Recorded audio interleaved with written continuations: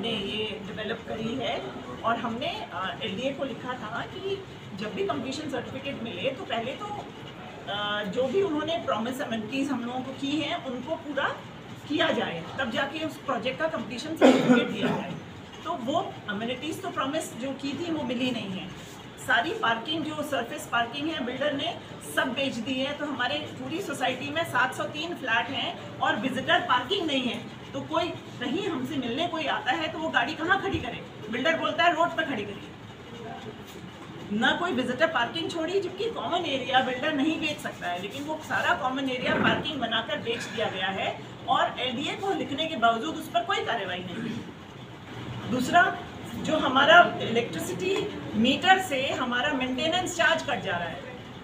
Maintenance charge builder को मिल रहा है तो बिल्डर ने कोई मेंटेनेंस करने का कोई प्रावधान रखा ही नहीं उसके बाद, क्योंकि उसको तो मेंटेनेंस चार्ज से मतलब है। उसको मेंटेनेंस चार्ज प्रीपेड मीटर से कट जा रहा है, जो कि यूपीआरसी टैरिफ ऑर्डर के वायलेशन है, उन नियमों के खिलाफ है। क्योंकि आप सिर्फ बिजली जो आवंटी यूज़ कर रहा है आप सिर्फ उसका बिल प्रीपेड मीटर से काट सकते हैं, ना कि कैम्प चार्जेस जो कि हमारे यहाँ कट रहे हैं और मेंटेनेंस के नाम पे कुछ हो नहीं रहा है।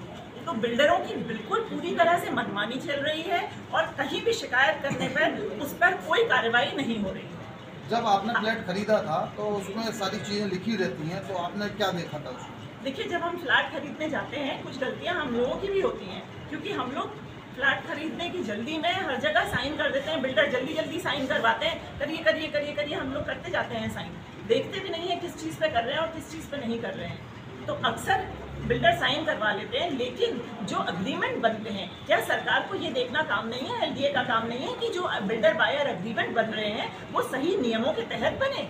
वो सारे के सारे नियम सिर्फ बिल्डर को बचाने के लिए क्यों बनते हैं? वो दोनों पक्षों के लिए बराबर होने चाहिए। और जितनी भी संस्थाएं बनी हैं वो आवंटियों की राइट्स को प्रोटेक्ट करने के लिए बनी है। LDA बना है और तमाम जो संस्थाएं बनी हैं वो हम लोगों की सुनवाई करने के लिए, ग्रीवियंसेस को एड्रेस करने के लिए बनी है, ना कि बिल्डरों को प्रोटेक्ट करने के लिए बनी है। तो हमारा, और आपको एक और बिजली का मुद्दा बताऊँ। बिजली का इतना बड़ा मुद्दा है जो फिक्स चार्जेस, बिल्डर जो फिक्स चार्जेस काटते हैं, जब बिल्डर जो है सिंगल पॉइंट कनेक्शन लेता है लाइसेंसी से और आवंटियों को मल्टी पॉइंट कनेक्शन देता है तो उसमें फिक्स चार्जेस काटता है, डिमांड चार्जेस जो होते हैं। तो हमारे यहाँ क्या हो रहा है कि फिक्स चार्जेस रेजिडेंट से तो 4000 kVA लिए जा रहे हैं और आगे जो पे किया जा रहा है 1250 kVA पे किया जा रहा है। तो जो डिफरेंस है, जो कि 5 लाख प्रति माह के हिसाब से, वो बिल्डर अपने अकाउंट में रख रहा है अपने फायदे के लिए, और आवंटियों को कोई ऑडिटेड उसका अकाउंट का डिटेल नहीं दिया जा रहा है, जो कि अगेन यूपीआरसी टैरिफ ऑर्डर के खिलाफ है। तो इलेक्ट्रिसिटी कोड, इलेक्ट्रिसिटी एक्ट, सबका वायलेशन हो रहा है, जिसको कि हमने MBVNL को बताया, हमने CGRF में कंप्लेंट की, हमने इलेक्ट्रिसिटी ओम्बड्समैन में कंप्लेंट की, लेकिन कहीं कोई सुनवाई नहीं होती। वो कहते हैं आप तो MBVNL के कंज्यूमर नहीं हैं, तो हम क्या बिजली पैदा कर रहे हैं या बिल्डर बिजली पैदा कर रहा है? बिजली तो लाइसेंसी ही दे रहा है हमको। लाइसेंसी की बिजली लेने के बाद लाइसेंसी कह रहा है आप हमारे कंज्यूमर नहीं है, तो हम ग्रीवियंस लेके कहाँ जाएं? हर चीज़ के लिए क्या हाईकोर्ट का ही दस्तक देना है? तो ये सारी संस्थाएं क्यों बनाई गई हैं? डिप्टी रजिस्ट्रार बताइए। हाँ, डिप्टी रजिस्ट्रार का सुनिए, आज एक सोसाइटी रजिस्टर करी, कल को उस सोसाइटी को डीरजिस्टर कर दिया। भाई, आप जब रजिस्टर कर रहे हैं जिस सोसाइटी को, क्या आप अपना कार्य नहीं कर रहे हैं? आप देख नहीं रहे हैं कि किन प्रावधानों के तहत वो सोसाइटी रजिस्टर होनी है? क्या आवश्यकताएं होती हैं रजिस्टर करने के समय? जब आपने एक सोसाइटी रजिस्टर कर दी, वो एक स्टैट्यूटरी सोसाइटी बॉडी हो जाती है। अपार्टमेंट ओनर्स एसोसिएशन जो है एक स्टैट्यूटरी बॉडी है। आपने उसको रजिस्टर करा और कल को आपने उसको डीरजिस्टर कर दिया कि नहीं भाई ये तो फ्रॉड से बना था। तो जब वो फ्रॉड पहले आपने क्यों नहीं देखा, उसकी जांच करके क्यों नहीं रजिस्टर किया? तो जो अधिकारी रजिस्टर कर रहा है और तुरंत थोड़े दिन बाद उसको डीरजिस्टर कर रहा है, क्या उस अधिकारी की जांच नहीं करनी चाहिए कि भाई उसने रजिस्टर क्यों करी सोसाइटी पहले? ये तो बिल्कुल एक मजाक हो गया है कि आज रजिस्टर करो, कल को डीरजिस्टर कर दो। जैसा आपने फ्लैट खरीदा था उसमें क्या लिखा हुआ था? सभी सुविधाएं लिखी थी। सारी सुविधाएं लिखी थी। कर्नल राजेंद्र यादव और इस संस्था का उपाध्यक्ष हूँ। हम लोगों का संस्था बनाने का उद्देश्य ये है कि जितने भी सरकारी तंत्र हैं उनके कामों को, रेदर कारनामों को उजागर करना और जनता में जाए, जिससे जनता इनको जान सके। अब आप लोगों ने अंसल के बारे में बहुत सारी चीज़ें सुनी होगी। अंसल तो एक बिजनेसमैन है, उसका उद्देश्य है सिर्फ पैसा कमाना। साम दाम दंड भेद, किसी तरह से फिरका परस्ती, झूठ फरेब, उसका उद्देश्य ही है पैसा कमाना। लेकिन यहाँ पर प्रश्न उठता है कि जब खेत ही बाढ़ को खाएगा तो किसान क्या करेगा? मतलब जिन लोगों की तनख्वाह हमारे टैक्स के पैसे से दिया जा रहा है, वही लोग अंसल जैसे बिल्डरों को, अंसल तो एक अकेला है, उस बेचारे के खिलाफ तो सारे लोग पड़ गए हैं, 400 FIR हो चुकी हैं। अंसल जब 148 कंपनियां बना करके 1000 से ज़्यादा पैसों का फ्रॉड कर रहा था, तो कौन सहयोग कर रहा था? मैं यहाँ पर इंगित करना चाहूँगा उन अधिकारियों को और मांग करूँगा इस संस्था के जरिए कि जितने भी LDA, आवास विकास, नगर निगम, जिला एडमिनिस्ट्रेशन, प्रबंधन डिपार्टमेंट, जिसको हम जहाँ रजिस्ट्री होती है, यहाँ पर पोस्टेड तत्कालीन अधिकारियों के खिलाफ जांच की मांग करता हूँ मैं इस संस्था के जरिए। कारण ये है कि जब 74 करोड़ रुपए की जमीन आवास विकास की अंसल बेच रहा था, तो इंजीनियर साहब क्या कर रहा था भाई, जिसकी जिम्मेवारी में थी? जब 132 की जमीनें, जिसमें तालाब, चक्रोट, पोखरा, खड़ोहर, भूरगड्ढा, ये जमीन बेची जा रही थी, तो डीएम साहब क्या कर रहे थे?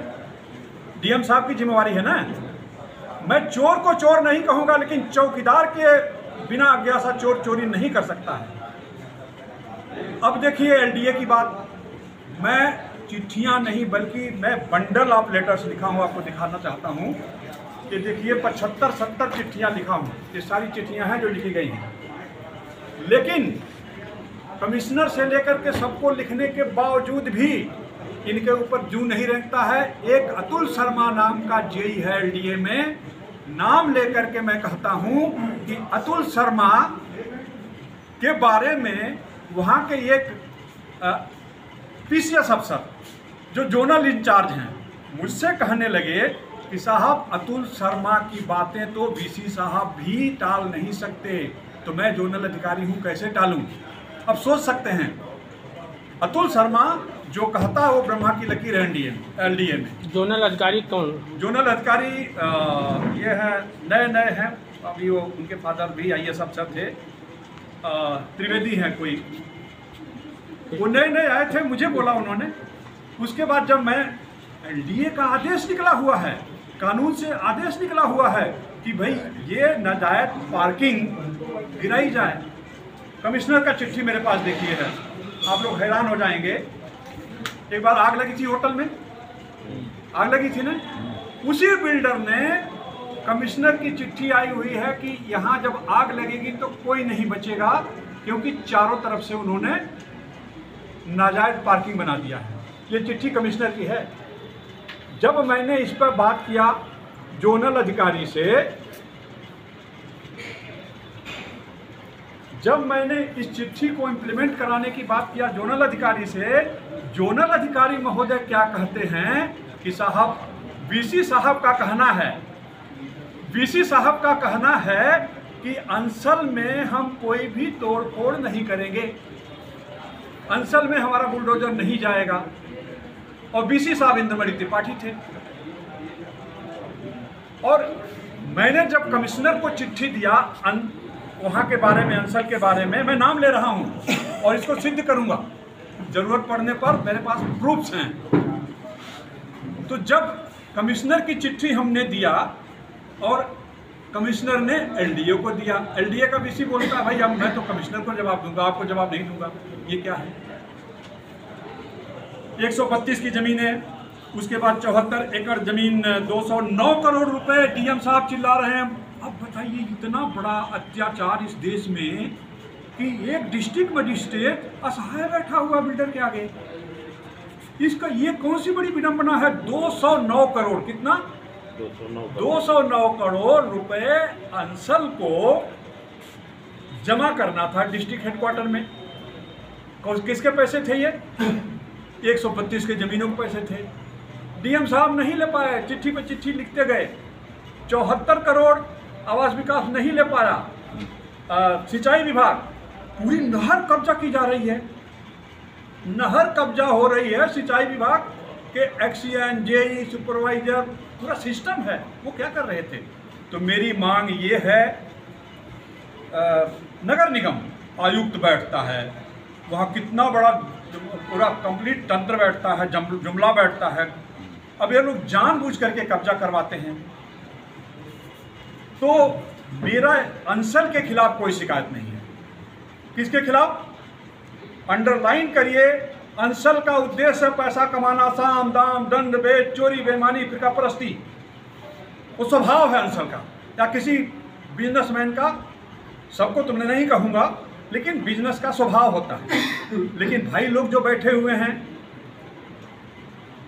मैं इस मंच से, इस प्रेस कॉन्फ्रेंस से यह मांग करता हूं कि आप लोगों को सहयोग के साथ, भाई प्रेस वाले आपको भी मैं बताना चाहूँगा, यहाँ प्रेस वाले हो, आपके बच्चे हैं, आपकी अगली पीढ़ी है, समाज के लिए काम कर रहे हो। आपके जरिए आप समाज को कितना कंट्रीब्यूट कर सकते हो। जैसे अमेरिका से इंजीनियरिंग छोड़ कर आए हुए हैं, मैं अपनी नौकरी छोड़ करके आया हुआ हूँ समाज के काम करने के लिए। मैं चाहता हूँ कि इन अधिकारियों के खिलाफ बाई नेम आप मुद्दा उठाइए, हम जवाब देंगे। जय हिंद।